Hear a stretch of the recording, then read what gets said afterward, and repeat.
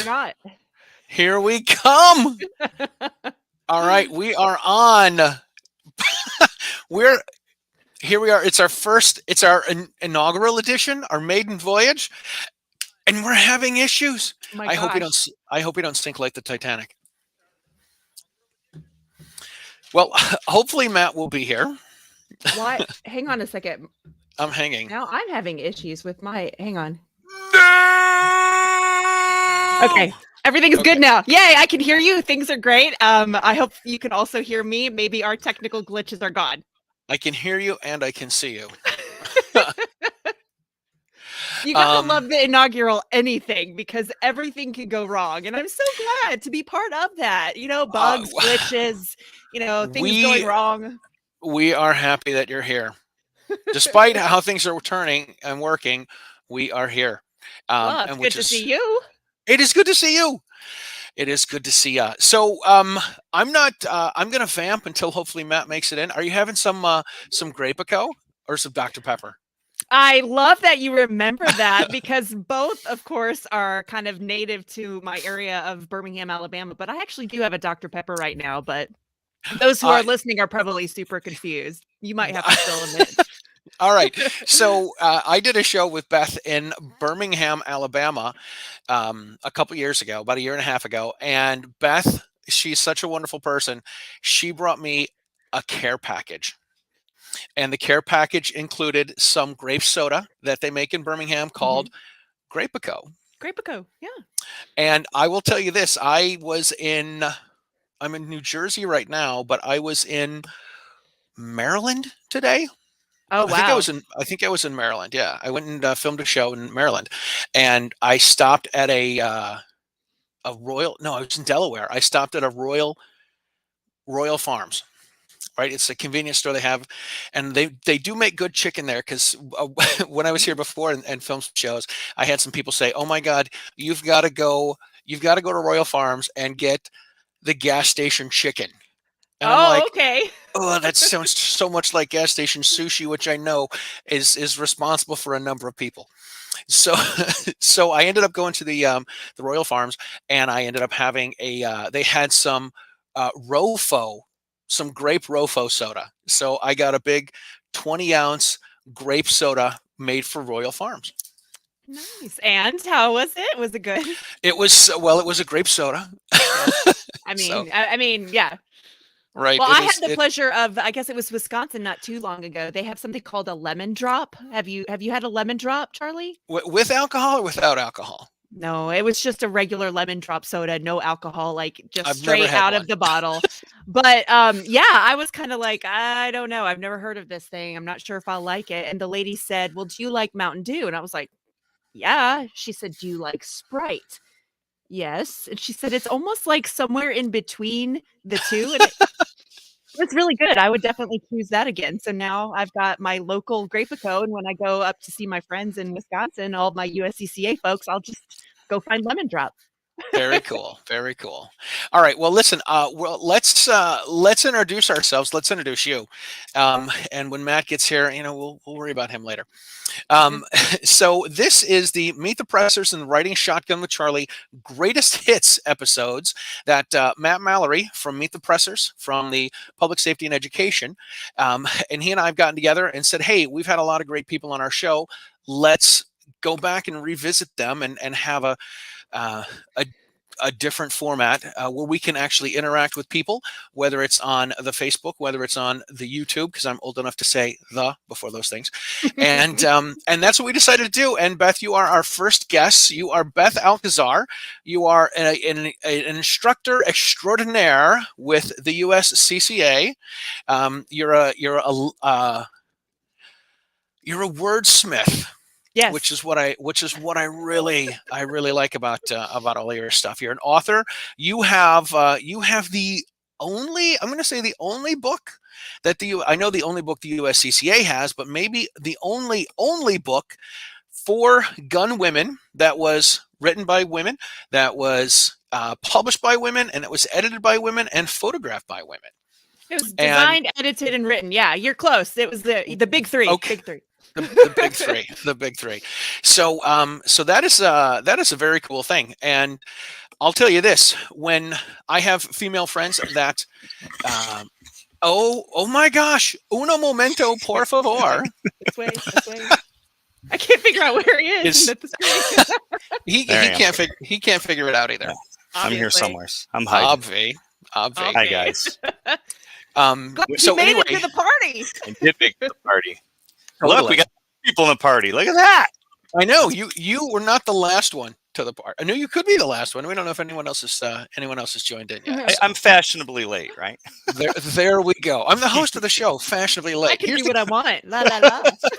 Yeah. So I see how this is going already. Right. Here's the keys to my house. Go on over. Help yourself in. I'll be there in a bit. Yeah. Been there, done that. Yeah. Anyway, so as I was saying, Beth, just to wrap that up, whenever I have a female friend of mine that decides that they want to take the leap and they want to join the dark side, and they want to become a gun owner, I buy them your book. I ask you to sign it and send it to my friends. So I love that. doing That means a lot. That's really, really cool.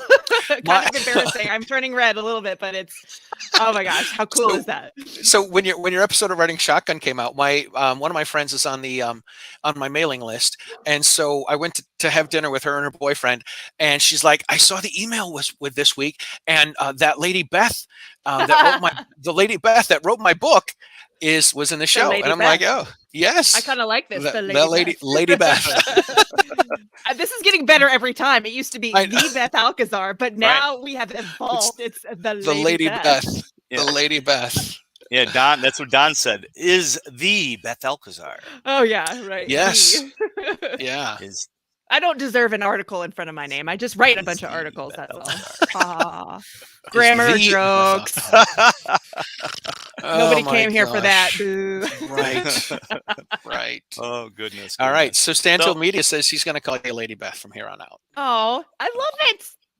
That's so cool. So I don't know if you guys know this. Cheryl Todd from Gun Freedom Radio. Her thing that she's been doing the last several years is polka dots are my camo. And I do want to say that the reason she calls it polka dots are my camo is because a girl that I was dating, I would show her pictures of me and Cheryl at these different events.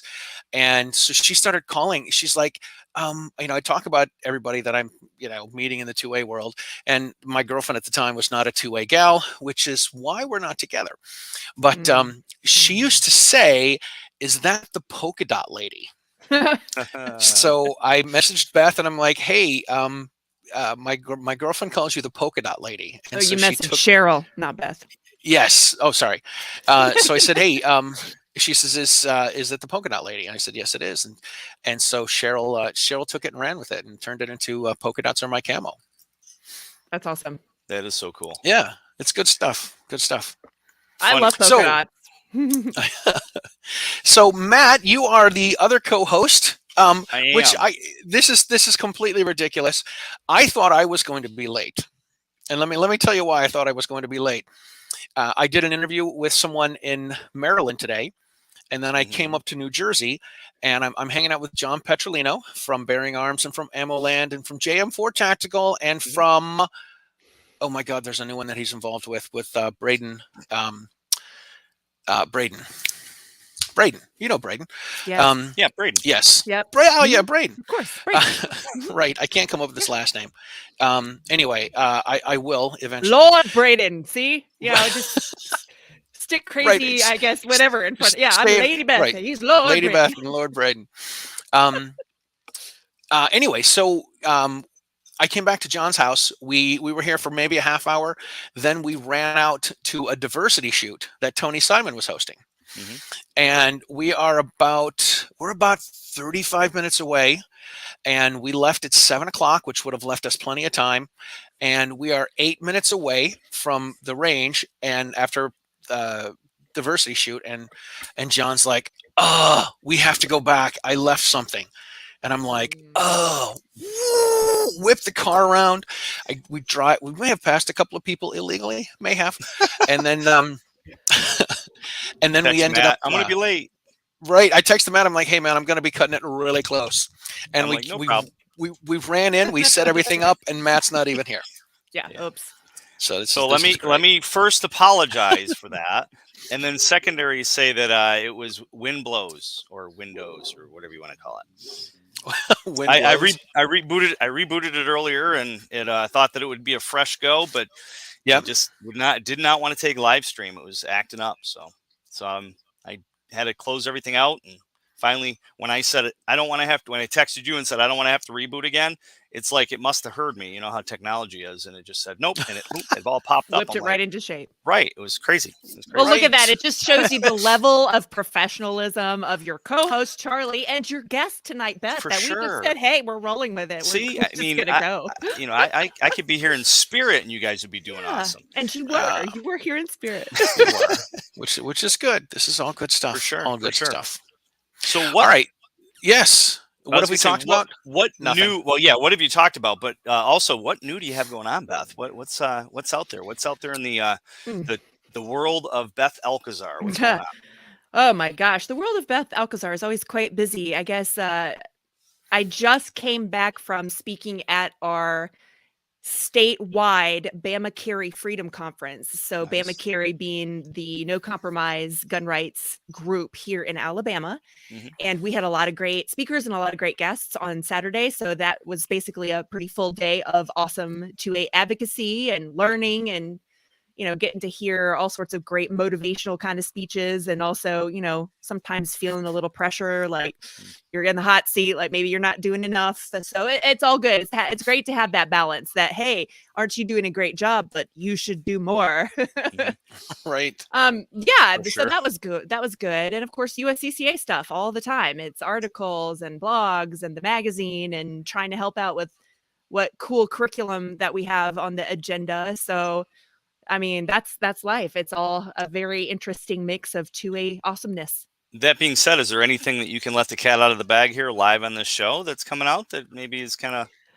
Well, there's been talk for years now about our children's and family curriculum. So that's no secret. I think a lot of people have heard about it. We've put a lot of effort and energy into it. I think under the circumstances of a lot of things that have happened, this would be a brilliant time to be able to say, hey, we have opportunities to reach out to kids and include families in seminars and bring them all together in this very important educational kind of environment, especially, you know, all the gun sales these last several years. Yeah. You know, that those households probably have kids, or some of them do, and those kids are being exposed now to guns. Yep. There's also been a lot of behind the scenes work on another class, and I probably shouldn't say too much about it, but it'll be on the horizon, hopefully not too far from now. So I think our instructors and members and people associated with USCCA are going to be pretty pumped up to see the new kinds of focus areas we're going to be really honing in on in the next, I hope, year. We'll see what happens. Cool. Who am I? I'm just here. I don't know. You are the Beth Alcazar. Yeah, lady Beth Alcazar. No, the lady Beth. I apologize. Gosh. I sit corrected. You sit corrected. That's right. That is good. It's true. So I'm keeping up with who's posting messages. I'm trying to catch up. I'm almost there. And those of you who put something in the chat will have a chance to win a Mantis. Oh, now everybody's going to overload. Everyone's going to go, hi. Right. $250 value from a sponsor of Meet the Pressers. Right and here. You've got it like in your hands too, like Vanna White. I mean, we're not just alluding to this. No. Right there. I'm going to personally put the postage on it and mail it out to the lucky winner tonight.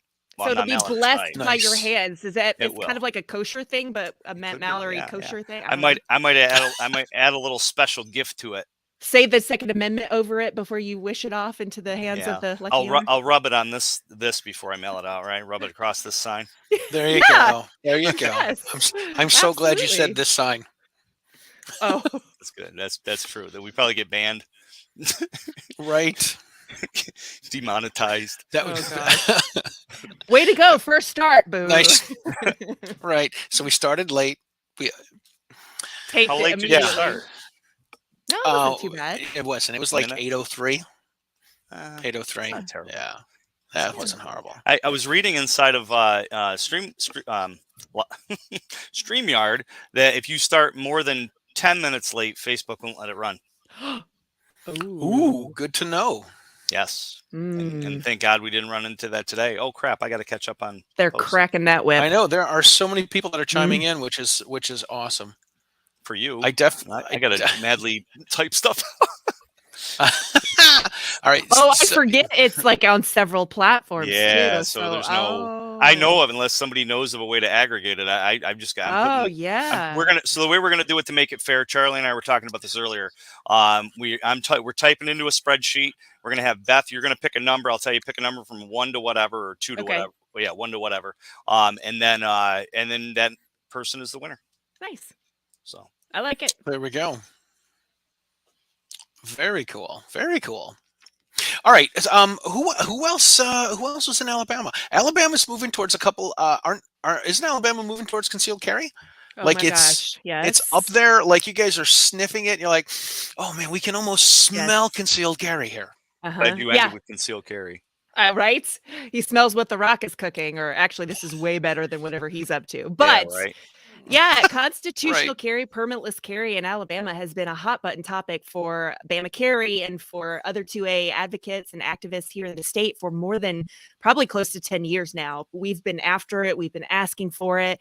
And it's been really depressing to see so many of our sister states, especially in the South, that are just like becoming, 17, 18, 19, 20. I'm like, oh my gosh, how many are we going to tick off? So I think, have the potential now maybe to be the 22nd. 22. Oh, we should have done this yesterday. Yesterday would have been great. 2 lots of twos. It would right. be right. 2A Tuesday, 222. Right. Woo. Yeah. Exactly.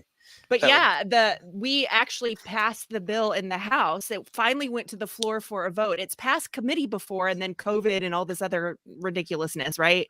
But it finally passed 65 to 37. I had to double check what the actual end voting was. And I just thought, oh my gosh, I'm not going to hold my breath, but there was at least hope. So now we'll go to the Senate.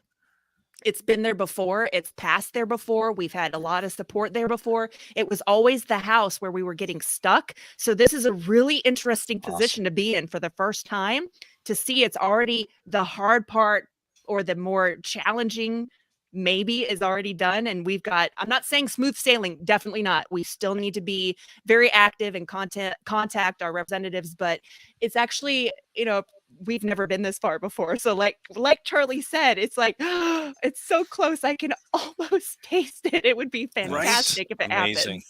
Yeah. That's awesome. That's good to hear. And when you put that much time, effort, and energy into being able to craft something like that and work with the politicians, especially when you've had so many defeats in the past, then this just makes it so much more valuable and just feels so good, because it's just like, wow, we're right at that finish line, ready to, Yes. Yeah, and I mean, they did sneak in 2 addendums, or whatever. Is it amendment? Yeah, amendment, they snuck in 2. They snuck in 2 little ones that we weren't so pleased with. Honestly, it's a little disheartening. But one of the amendments, I think, was just more clear language on following the federal mandate that we're not allowed to have firearms in those gun-free zones, the school zones. So, I mean, it's kind of like a weird little technicality on that one. But the other amendment was I think it's a duty to, I want to say, oh gosh, I forget duty. Yeah, I think it's a duty to inform, Matt. I think that's what it is now, where law enforcement officers duty to inform. Right. If they're pulling someone over, they're stopping them for some other kind of traffic issue. Now, a permit holder or a gun owner, or whatever the case may be, the law-abiding citizens, of course, have a quote unquote duty to inform. And that's a little like, they're going to start asking a lot more, aren't they? Because it used to be a voluntary thing, of course.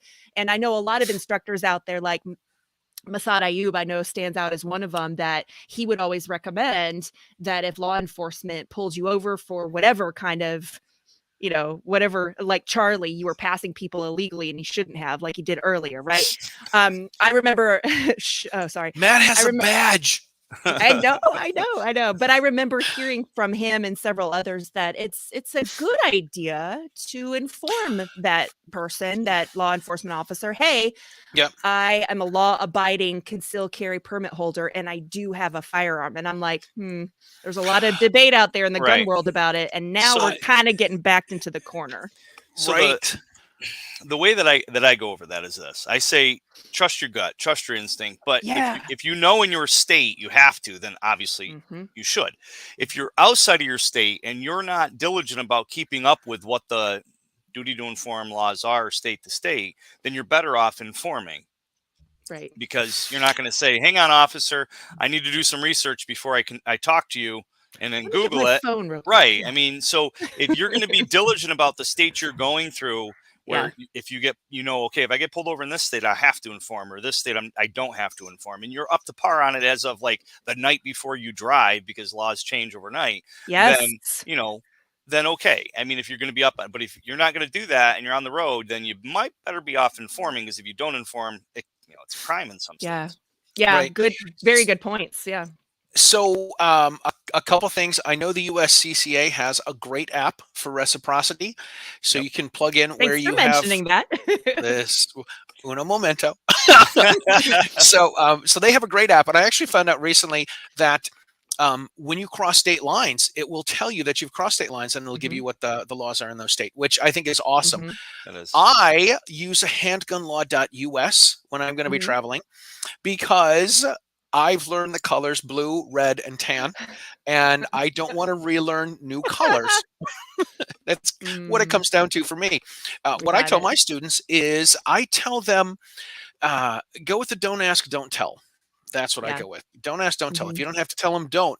Because there are pro-gun police officers, there are non-gun police officers, and there are anti-gun police officers. Yeah. And you don't know who is pulling you over, and you don't know if that person wants to take their day out on you.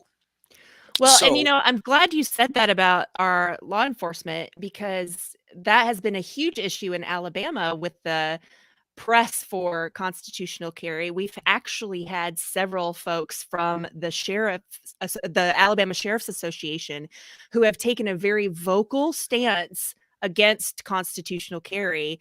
And, that's kind of proof, Charlie, that, not everybody is going to be on your side. You might be a law-abiding citizen. You might be a responsible gun owner, but that doesn't mean everyone's going to support that decision. And that might not, not everybody wearing the blue is going to support that decision either. So people need to, like Matt said too, you kind of got to feel out that scenario, feel out that situation. It could be very contextual. Not only is it duty to inform or not, it's like, I feel really uncomfortable with this person right now. Like, there's some weird vibes happening. I certainly don't want to go, by the way, I have a firearm.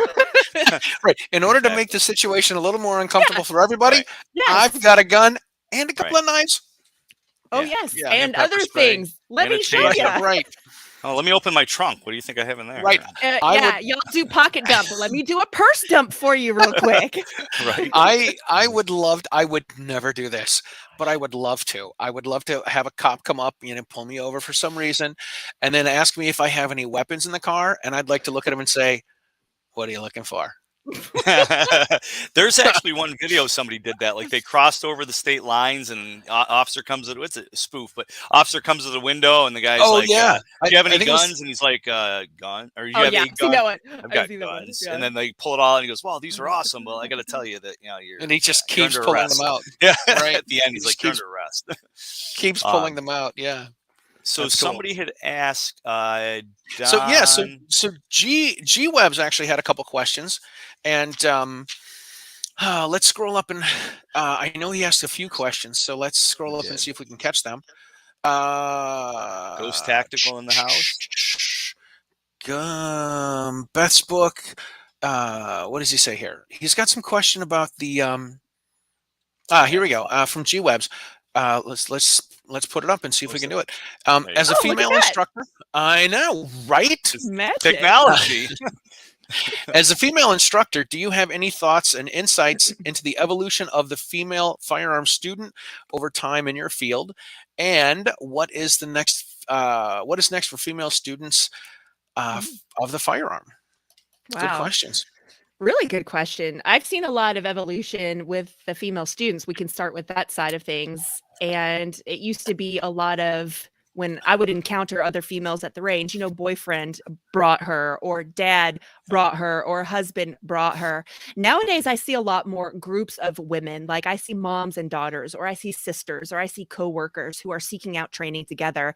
And not that I don't see the male-female dynamic anymore. It's just really cool to see. This is how females think. I always joke about this, but it's so true. You wonder why females go to the bathroom together. It's just this collaboration and this collective, like Right. we're part of a team now, and we're bonding and creating a community. So it's really awesome to see that represented with firearms and firearms training. I just want to say for the record, when I go to the bathroom, I really don't want to go with one of my friends. Like I really, we have. See, But as we guys, get older, we already have the 6 foot, the social distancing rule when you're in the bathroom in the men's room. So I know it's totally different though. It really is building community and friendship. It's like, can you check the back of my hair, and does my dress look okay? And let's gossip, or let's, have a couple minutes without everybody listening so we can finish a conversation. It's not like, oh, I need help in the bathroom and I can't go by myself. But right. I know it's a totally different mindset. Well, come on, guy bathrooms and girl bathrooms are a little bit different too. They're very different layout in the bathroom. And ours are much grosser. Right. Okay. That's a fun. That's a fun topic. Usually we don't talk. It's like you look over and you're like, "Hey, no, they're gonna be like, look over. What kind of bathroom you going into, man?" Right. Exactly. That's why we don't talk. But it's amazing though how many conversations will start with women like washing their hands, and oh hey, how's it going? In fact, this is an interesting story that is totally related to what we're talking about. It goes back to constitutional carry, and about 3 years ago when I testified before the committee for constitutional carry, I love telling this story because it cracks me up every time. There were several representatives of Moms Demand Action. Really? And they're all there. Yeah, they're all there wearing their red shirts, and they're all grouped together, and they were in the restroom when I went by the restroom before testifying. And here I am, normal Beth behavior. I was actually wearing polka dots, though. I was wearing a polka dot rain jacket. I remember this. Nice. Wow. Because one of the ladies in the bathroom when I was washing my hands was saying, "Nice jacket." I said, "Thank you." She said, "Are you here for the committee meeting?" I said, "Absolutely. I plan to testify." And they were like, "Oh, that's awesome. We're so glad to have you. What's your name?" And, they're just assuming Lady that Beth. I was one of them. And of course, I just let it go and went to the committee meeting, signed my name on the piece of paper, and they did their little talks, of course, very typical Moms Demand Action bullet point list that they all get and they memorize. And then I get up there and you could see like color draining out of their faces. Like, what is happening right now? This is not what we planned. if they didn't go to the bathroom before, they were now. Yeah. Well, and one of the very first things too that I said to the committee, I said, I just want to make sure that y'all know that these women most certainly do not speak for me, and they don't speak for most of the moms or the women that I know. Wow. And they would just they wouldn't look at me. Is there a standing applause when that happened? Unfortunately, those testifying for the committee stuff is it's an awful experience. Most of the committee members are so busy with their own lives. They're not even paying attention to you, and they come and go as they please, and they're messing with their phones, and they're talking with their neighbors. So disrespectful. I literally wanted to say, "Excuse me, my daughter's 2nd grade class is more well-behaved than you guys. Can you please pay attention?" Yeah. But I didn't do that. I didn't. So Keisha Bibbs has something here that she said. She says, "Love to see more female firearms instructors as well." Oh, and we are. That's another really fantastic thing with even starting with the USCCA. I guess it's been about 8 years now that I've worked with them, and 6 years on the payroll, if that makes sense. And it's been really amazing to watch the demographics of the classroom change in the instructor and the training counselor side of things. Of course, as expected, I've been in the industry for several decades. As expected, it would be a lot of men Yeah. But all of a sudden there was, a trickle in of women here and then a couple there. And then there've been times where it wasn't quite evenly matched, but it was amazing to look around and realize I'm not the only girl here. There are 10 or 12 or 15 other ladies who are getting certified to teach or getting certified as training counselors to teach other teachers. So, I mean, that is really cool. Yeah, for sure. For sure. It's always neat to see that when you're meeting with people and you see how they move up through the routes or the ranks and stuff. I've had people that I've given the handgun safety course to, and then they've turned around and done the instructor certifications. And then they turn around and then they went to the academy and became law enforcement. Wow. And come to me for training in law enforcement on their annual in-service. And one of them actually now is a judge. He just got appointed as a judge. So like pistol license to judge. It's like, that's cool. Makes me feel old. You're not supposed to end on that note. You were supposed to say, it makes me feel really proud. Well, it's like a build up and then a evident. I feel proud. And old. Just leave it. Oh, stop. Leave it there. Hey, Simon's in the house. Tony Simon, holy moly. He said to me, I have to tell you, Tony said to make sure I say hi to Beth and something to that other guy as well. So well, Clint said to say hi to you as well, Beth, and he said that other guy as well. Oh, yeah, okay. I see how it works. No, I don't like you. No, I don't like you. I might have to be in between the two of you now. Right. So that Can I move this? Yeah, can I move this? How do we do that? Right. Oh my gosh. How do we put Beth in the middle? I can remove. I see a remove button for Charlie. Get the giant hook and pull him off the stage. Where's the gong when you need it? That's funny. Totally. Now I just feel old now because I just totally aged myself. Right? I think we all saw that. For sure. So one of the things that, you were talking about testifying and Moms Demand folks. One of the things I put in the comments was a link to the video of someone who's actually watching the show, and it is Mary from Connecticut. Mary and another woman are in a video that's on YouTube. They're both members of the DC Project, and they put out. I think it's a great video because it's got all the things that. All the things that the anti-gun folks do. It's got the touching stories. It's got the dramatic music in the background. It's a great little video to watch. And these ladies tell the story about what happened to them, and one of them talks about how her son was shot in the back of the head, and it obviously killed him. Yeah. Trying to point out that the gun control laws don't work. And Mary's story is that she was attacked by someone in her house, got her upstairs in the bedroom, choking her, punching her face. And if she was able to distract this person and get him off of her and then retrieve her gun. And if she followed the gun safety laws that everyone wants to push, where you got to keep your guns upstairs and your ammunition downstairs, you got to keep the slide in the kitchen, and the barrel's got to go out in the garage. And if somebody did this, then Mary and subsequently possibly her daughter would not be around. And this is a very, very touching video that I think everyone should check out. Definitely.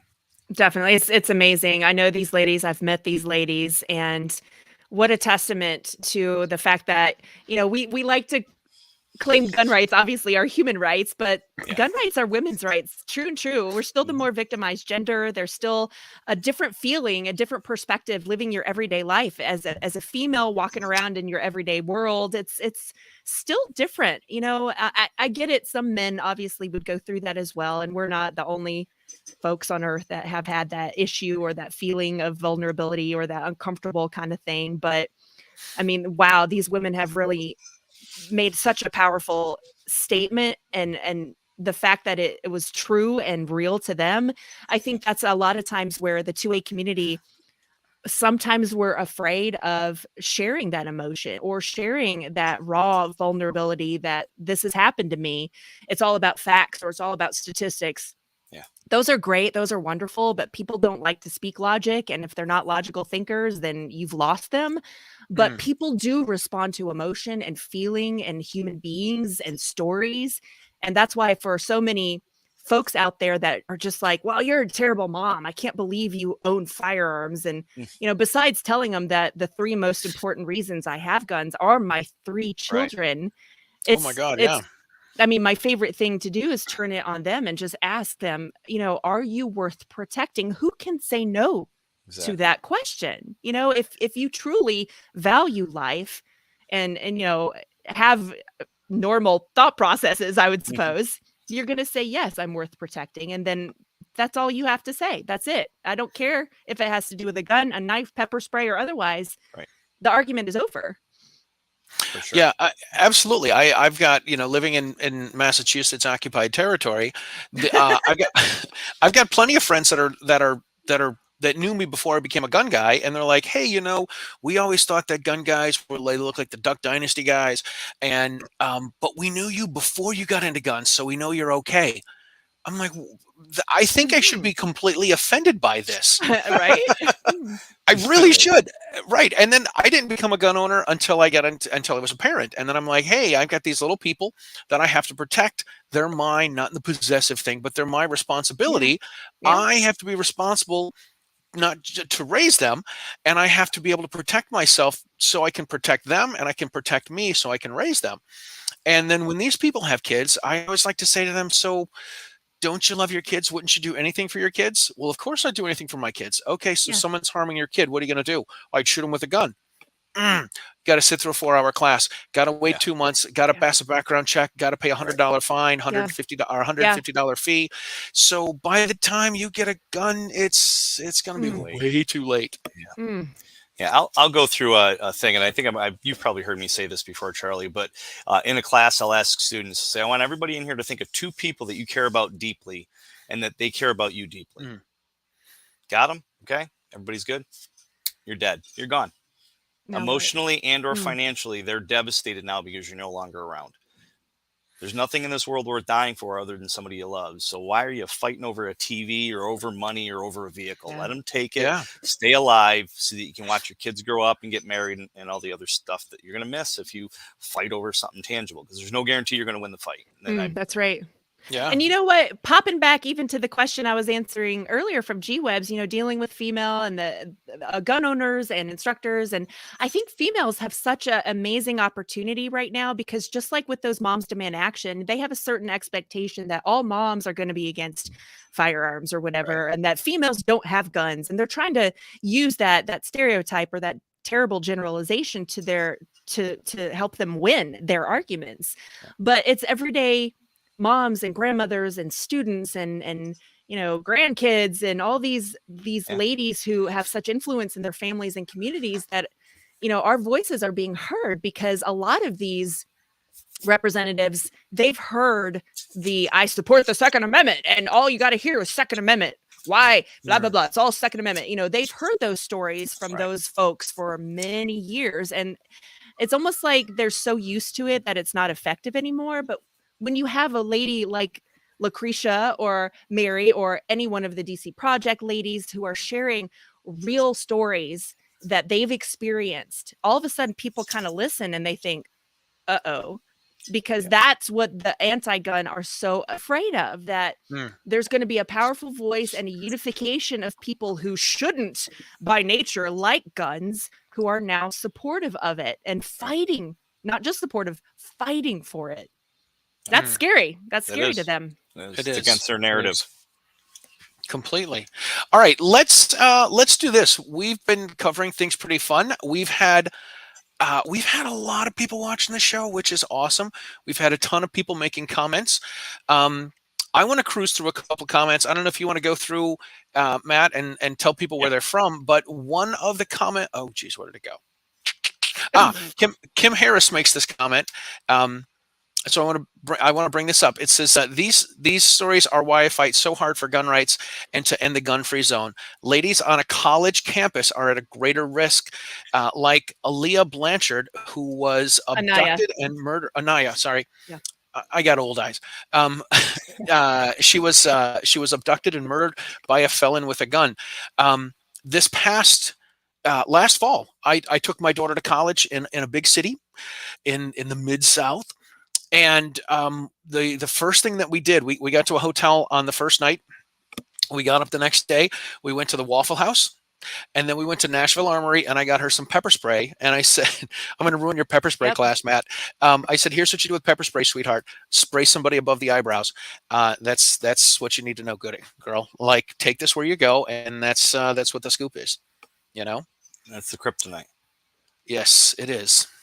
All right, so we got more people chiming in, which is great. Yeah, we did, and I'm caught up on the guests for winning the Mantis X10, $250. So if you're out there and you're watching, definitely make sure you pop in the comments and let us know where you're from and all that, so that we can get you on the list for the giveaway that we're going to do in like the next 15, 20 minutes. Well, I see an interesting question that popped up, and it's saying, is Matt drinking Alka-Seltzer? I think we need to address that.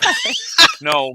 So I'll usually have where's the camera? There we go. I usually have a energy drink or coffee or something when I do shows. And our 6-year-old's like, "Hey, Dad, you need a drink?" And I'm like, "Sure, if you want to make me a drink, Danny." She's so helpful. So then she comes down with this little itty bitty glass of lemonade. And, that's cute. Is it lemonade or a lemon drop? It's lemonade. Right? Yeah, we're going to go there now. Okay. Holy cow, I got to catch up. Look at all these people now. All these people are chiming in from where they're from.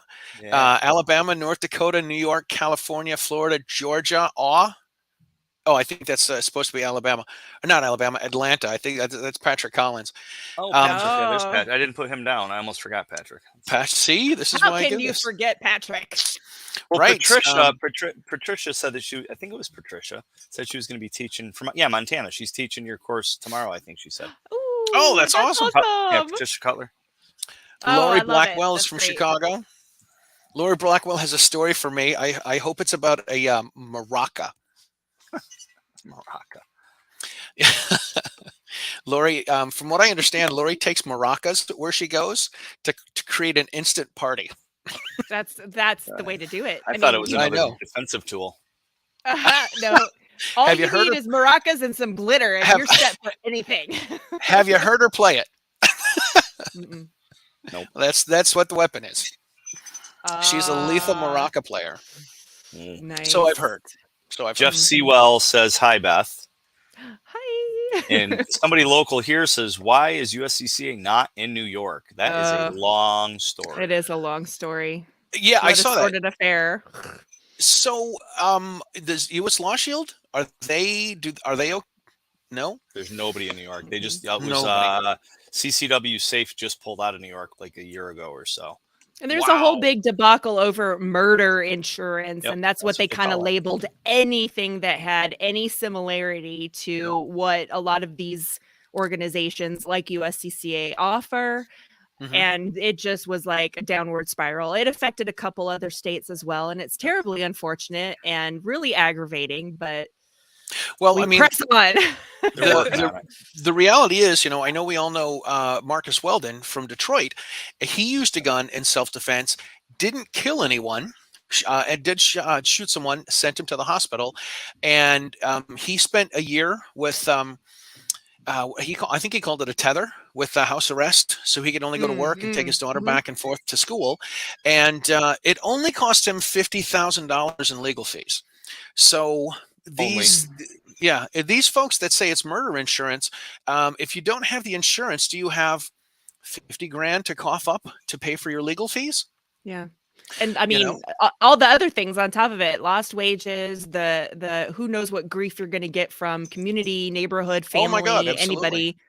I mean, it could be a never ending, terrible experience just because of those things. And you never pressed a trigger, Yeah. So that goes into my my 4 Horses of Your Apocalypse. When I interviewed George Zimmerman back in 2018 and wrote that article, I came up with the 4 Horses of Your Apocalypse, which is criminal, civil, mental, and jury of public opinion. It's not just about the criminal aspect of it. The mental aspect is huge. You look at Thomas Yaxall, which we've interviewed, and you've had him on, right, Charlie? Thomas Yaxall? I have not. You got to have him on, yeah. All right. It was probably one of the most emotional episodes we've ever had. And you're just talking about like how it's going to mentally, I mean, our vets are killing themselves at 22 a day because of things they've seen and done. It's not easy for the human brain to comprehend. So that's the big one. People don't really look into. Oh, I'll shoot them between the eyes. They break into my house, steal my TV. Yeah. All right. Will you really? Will you really? Right. It sounds great. It sounds great. It's the nice thing to say when you're, having a cigar and a glass of whiskey talking about stuff. But, yeah. Well, and that's why I love that saying so much. I heard it at a convention a while back, so I can't attribute it to the originator. But basically, the gist is I don't carry a gun because I hate what's in front of me. Right. I carry it because I love what's behind me. So you have this image of, your family, you being the protector, like keeping them away from the danger. It's not because of hate. And Tony, I know if he's still out there, Tony Simon, he's big on this. And my friend Joe from Locked and Loaded Latinos, we talk about this a lot. We carry because of love. I mean, and for those that don't understand that, let's have another conversation, because we could go on and on about the reason I'm a gun owner. Yeah, it's fun to shoot. Yeah, I really enjoy competition. It's a neat activity. I get to spend time with my husband or my family. But honestly, because I conceal carry or choose to carry or have guns in my house for home defense and self-defense, that's love. That's love for these folks that depend on me and need me here. So yep, for sure. Yeah, it really is. I've done the same sort of thing. I say I carry a gun to protect me and my kids, and that's the only two people I have to that I would either go to jail for or have to die for. These are the only two people. Amen. And that doesn't mean you're not going to help out or protect someone else or get involved with anything. I tell people all the time, look, I'll take out my camera, I'll turn it to the side, I'll get good video. I'll be a good witness, which is some important pepper as well. spray. Yeah, absolutely. But I'm not interested in going to jail for somebody else unless it's the boy or the girl. Be a good witness in a lot of those cases, right? Avoid escape, defend, take care of yourself and your family, be a good witness, call 911. Those are all very heroic things too. And people need to understand that, I'm not a superhero. I'm not law enforcement. I'm not military. I haven't been trained to go. I mean, I've taken some really cool classes, clearing rooms and all that, but that's not me. That's not who I am. I'm a mom with a gun. And if I have that opportunity to hightail it out of there and make sure that I'm safe, my kids are safe, we're all together, that's the option that I'm taking. But I can still have the heroic moment, not only because I saved them and I'm there for them another day. I'm making that 911 call. I'm going to be a good witness. I'm going to describe what was happening immediately, and maybe do whatever else I could. This is going to sound stupid, but do you know how valuable it is to have a car alarm, like a key fob car alarm? If you can get that thing to start buzzing, you potentially have stopped a crime or an attack, because people are all of a sudden like drawing attention. And how easy was that for me to do? I might be, long gone or driving away, or who knows. But anyway, random tip of the night. No, that's actually, you had mentioned you're not law enforcement. Well, I am, and I'm still gonna run and get away. If I'm out in public, I don't have my ballistics vest. I don't have my kids. My priority, my wife, my kids, my family is my priority. That's why I carry. Right? I'm not on the job. Most in this day and age, my agency is not going to indemnify me if I end up pulling a gun out in self-defense, or if I extend my police powers and actually start doing something in public. They're going to be like, you did what? But you weren't in uniform. You weren't on the job. I don't know. That's a lot of liability. And, so most law enforcement, they're going to do the same, unless it's a felony and they're caught in the middle of it. Then their experience will usually pop in, like they're walking by a school and then there's a school shooting. Most of them are going to, jump to the cause there to help. But if you're out in public like that, your first priority is to make sure that you're protecting your family, even law enforcement. Absolutely. So all right. William, we got William James here. He is local here, and he wanted to know about less lethal items. And this kind of fits because we were just talking about that as far as having the gun great. And leaving the area and such. I want to hear your guys' thoughts on this too. And my first thought on this is, if you're carrying a firearm, you better be carrying less lethal.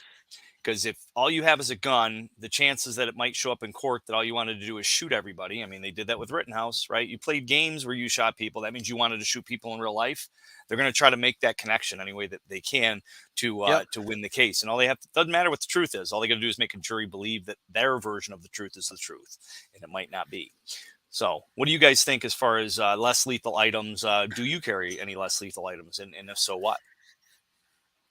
You want my answer first? Yes, go for Yes. it. Okay, so Matt, I do not carry less lethal, and the reason being, now if I can only carry less lethal, yes, of course, I go to my OC spray, absolutely.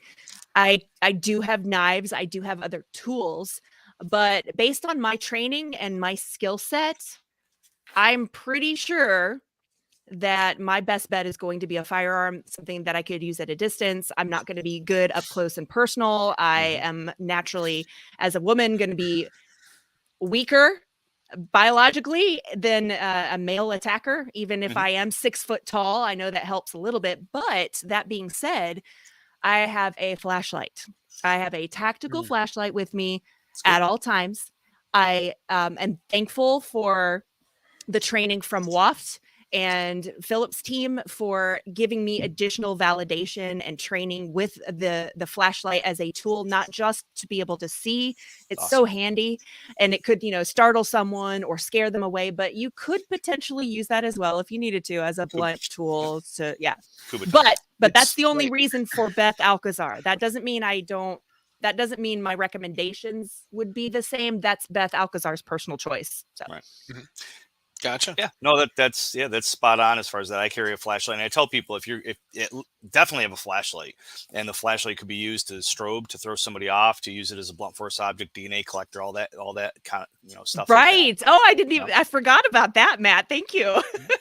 So there's benefits to having something other than just a firearm, even if it is a flashlight. And you can, and the thing too, like you can fly with a flashlight. You can take a flashlight where they tell you can't take tasers, stun guns, pepper spray, a firearm. You can take a flashlight in those locations. And if you had that mindset that you could use it as a defensive tool, then that just betters it even more so, because you're going to be possibly thinking of that when stuff's happening, where if you haven't even visualized or thought about yourself using it in that sense, you might not even, after the fact, hindsight, right? Thinking about the criminal mind too, and what we've seen from even interviews with those who have attacked others and looked for victims. I mean, the fact that, hey, I just put a flashlight on you, I see you. Those are the criminal's least 3 likable letters in the alphabet, right? I see you. I got that from Tactical Professor. That was not a Beth Alcazar original. You don't have to tell us, because we're going to use it and we're going to credit you. No, it's not mine. It's not mine. But I mean, besides the strobe and potentially blinding someone or disorienting them and giving you opportunity to get to your gun or get away, just the I have spotted you, I've identified you, you're no longer in the dark, you're no longer with an element of surprise, that could be enough, and that's not a, fail safe or a guarantee, but I like that it's an additional tool that's super useful. And like you said, you can take a lot of places. Yep, for sure. Charlie? So I carry a pocket knife in almost every pocket. Almost every pocket. One for cheesecake, one for no. So the main knife that I've had since 2007.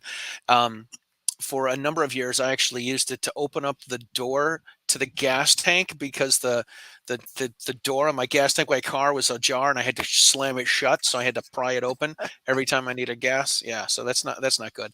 But I have a one pocket knife that I use for cutting stuff. I have the other one that I just have to have in the pocket. And I do have a little flashlight that I keep in my car. I used to keep a bigger flashlight that was a good DNA collector. It's got I think the beveling on the end of the flashlight. But it ran on AAA batteries, and I bought it at Dick's Sporting Goods. So yes, that's exactly what it is. I bought it at Dick's Sporting Goods. I saw a bunch of them on sale, so I bought like 7 of them. And because I didn't want to, be overkill, but I got a bunch of these. And one for every day of the week. I'm with you. Exactly. Exactly. And then I ended up trading it in. I ran out of batteries and didn't want to buy new batteries. I bought a little Fenix light. And what I don't like about it is it's like legit. It's probably a little thicker than a chapstick. but it doesn't have a little button on the back. It's got the twisty that you have to do. Yeah. And I'm like, I wish I would have known this before. Yeah. I have an asp one like that on my keychain. You gotta turn it. Yeah. Yeah, it's kind of a pain in the neck. Kind of a pain in the neck. All right. So, well, we are at 8:56, and we want to be respectful of your time, Beth. Since we didn't start on time, we'd like to end on time. Yes. Gotcha. So that being said, I'm going to take a quick look at the chats. Okay. Did you? Yeah, I don't see any more on there. I don't think so. I've got. I've been writing them down manually, but you said you've been putting them on a spreadsheet. I know I can't read them, but I've been writing them. I've got 36. So 36. That I would believe that, which is incredible for our awesome. Our maiden voyage out with Lady Beth Alcazar. Do we say the Lady Beth? The Lady Beth. Every time it's just like it gets better every time. You can't. I don't know about better, but every time it gets something. You can't see it because we got 3 screens on, but in the back corner I've got a sword there. We'll have to don nice. you, Lady Beth Alcazar. We got one more. Stephanie Curtis. Stephanie Curtis. I don't think. Oh wait, and then yeah, sure. Now that we start talking about giveaways, more people are chiming in. Well, of course. We got 2 minutes. All right, let's add those. Oh goodness. All right. So as you're adding those, so Beth, where can people find you and all of the information and knowledge and education that you dispense? Well, I guess social media folks, you can easily just jump on the Instagram. Seeing how I'm using like you did, Charlie. This is a bad habit, but you can find me Beth619 on Instagram. You can find me, of course, on Facebook, and that's Pacifiers and Peacemakers with Beth Alcazar. It has my name in it, so hopefully that's a little easy to remember. And of course, you can go to usconcealedcarry.com. I'm still writing articles and blogs, and of course there's lots of really great details about training and upcoming events and things, but the easiest way to just find out what is Beth Alcazar up to is probably Facebook. I think I still pay the most attention to it, and Instagram is probably a very close second. I don't do the tweety things though. I gave that up years ago. I can't remember the last time I did a Twitter anything, so oh well. Awesome. All right, Beth, pick a number between 1 and 38. How about 33? 33 is Steve Denson, or Denston. Denston. Steve, are you there? Say something in the comments. Or don't do it. Don't say anything. Or don't. And then Beth's going to have to pick a new favorite number. Pass it to somebody else. Anyway, all right. Well, it looks we have 50 people watching and 36 people chimed in. So nice. This is good news. All right, Lori Blackwell says next. Oh, there's Steve. There he is. Oh, Steve's good. Yes. He's still on. He just popped on in probably the last 30 seconds. He won something cool, and oh my gosh, congrats. All right. Steve's like, I'm here. Steve is here. He really wants that. All right, Steve, send me a message. Meetthepressers.com. Send a message to the website, or if we're friends on Facebook, just shoot me a Facebook message. I'll get your address, and I'll get that out to you this week. Awesome. This has been great. I've had a lot of fun. I always learn something from both of you, which is great. And Beth, thank you so much for being on our premiere show. I am honored. Our next show, when's it going to be, Matt? Oh, goodness. You'd have to do that to me. It's the 28th. Because I didn't want you to do it to me. Yeah. Oh, that's good. It's the 28th, and it's Stephen Williford. Yeah, this coming Monday, 8 p.m. Eastern Time. Correct. So tune in. So Stephen Williford, for the folks that don't know, he's the gentleman that helped stop the Sutherland Springs shooting in Texas at a little Texas church in 2017. And 2 weeks ago-ish, a court, it was decided that the government should pay a lot of money to the victims. I forget how much it was, but it was in the millions of dollars, because the government, who likes to say they're here to help, failed to put the prohibited person on a prohibited person list, and this guy bought a gun that should not have purchased a gun because I think he was dishonorably discharged from the military. Yep.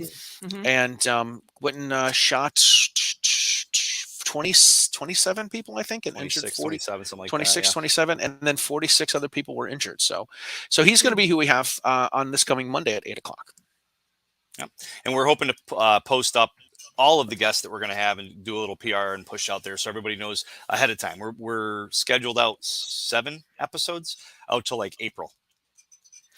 Look at you. I know, right? Matt is so organized. Yeah. Yeah. So as the Sandhill Media is telling us that we need to have people share these and like these and subscribe to all of our YouTube channels, whether it's Riding Shotgun with Charlie or Meet the Pressers or Public Safety and Education, or whether it's all best stuff too. Yeah, all of that stuff. Don't forget to like, share, and subscribe. I hate when people say that, but I know you got to play the game, you know? Hey, it helps. It helps, people. Come on.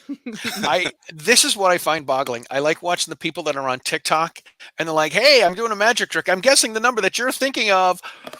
Hit the plus sign to lock it in. I'm like, it's not really locking anything in. They're falling for it, though. You should try. You should try. Really?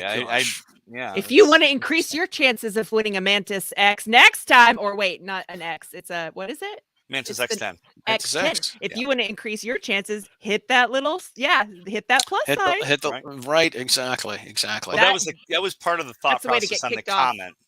That was really? Get kicked off? Probably. Maybe. Yeah, they don't like that. They don't like ingenuitive thinking. But that was part of the thought process, having everybody comment on where they're from and stuff, so we kind of keep track of who's who. But then also, obviously, that'll help with the algorithm some. So I think it's a great idea. Come on, don't. Now you can also ask them something controversial, like, let's see. I don't know. What's their mother's maiden name? Revolver. Oh gosh, Charlie. What was the name of your first pet? Your first pet you live on, right? Oh yeah. What's the last 4 of your social?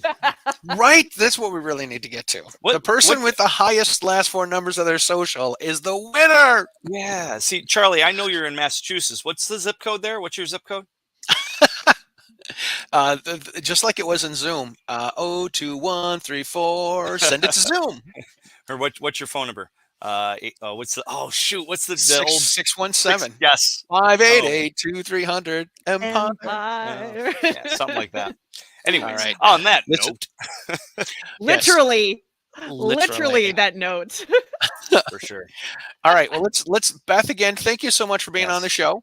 It's always great to see you. I love running into you every place around the country, whether it's GRPC or the SHOT Show or any of the other pro gun events that we're at and that we're doing, and it's always great to see you.